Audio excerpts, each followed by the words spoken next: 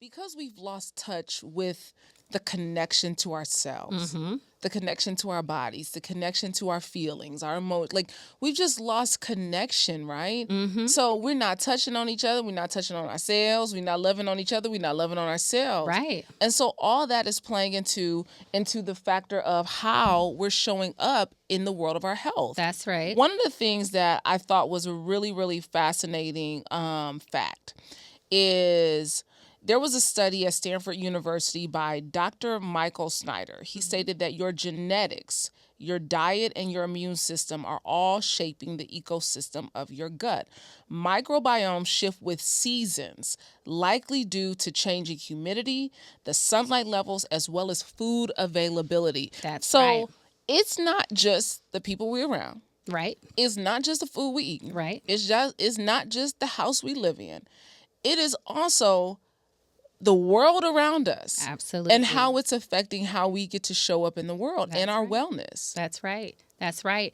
So when seasons change, our behaviors change as well. So there is still a very tight connection between what happens from a seasonal standpoint and what we do and how we respond to that. I think, places like Denver, they make sure that there is a lot of light, right? Because vitamin D is very important for your mood. It's also important for your microbiome. And we don't get that vitamin D when we're staying inside in the winter, when we're booed up, in the wintertime. Right. So all of those things affect us. We don't come out as much. We don't socialize as much.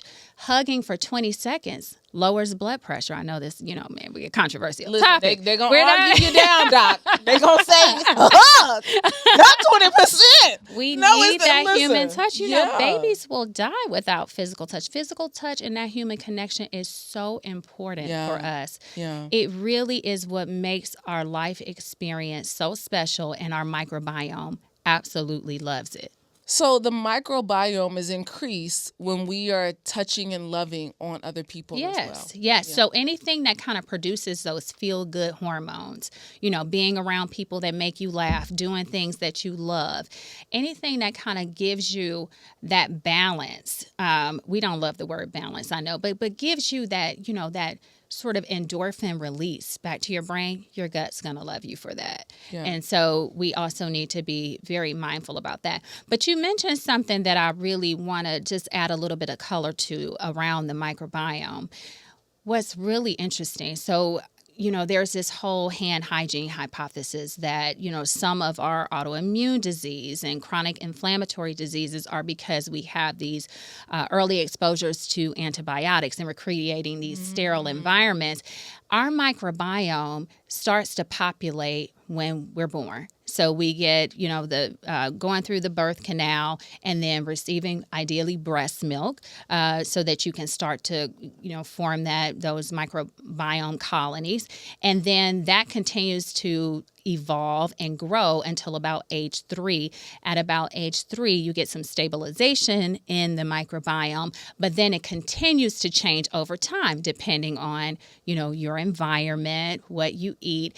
And what is interesting for me is that in that early age group, they can identify based on the microbial patterns who is going to develop autoimmune disease and chronic inflammatory disease like diabetes.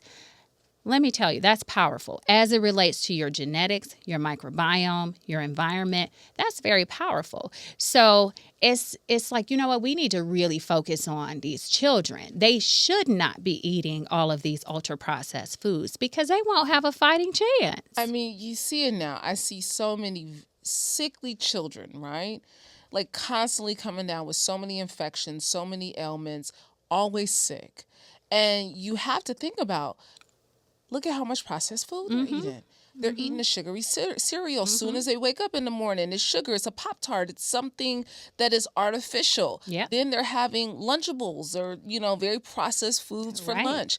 Then they're having afternoon snacks that are something that you can throw in the microwave really quickly. Right. And so our convenience is really leading to the destruction of our health in this country. The absolute destruction of our health.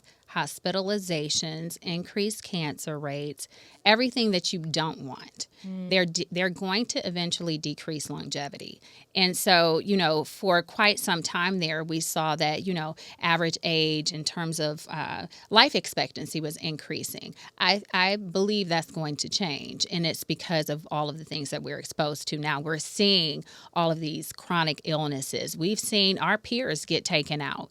It's like, what? She died from a heart attack. Yeah. Wait, what? 43. Right. Literally, Right. 38. I mean, so many different people that I can think of that I went to college with and who are just dying. Right. Because, and I mean, often of very preventable diseases. That's right. And I think that why this conversation is so important is because the health data is there, right? The outcomes are there. The outcomes are there. We are dying at alarming rates over things that we have control over. Yeah.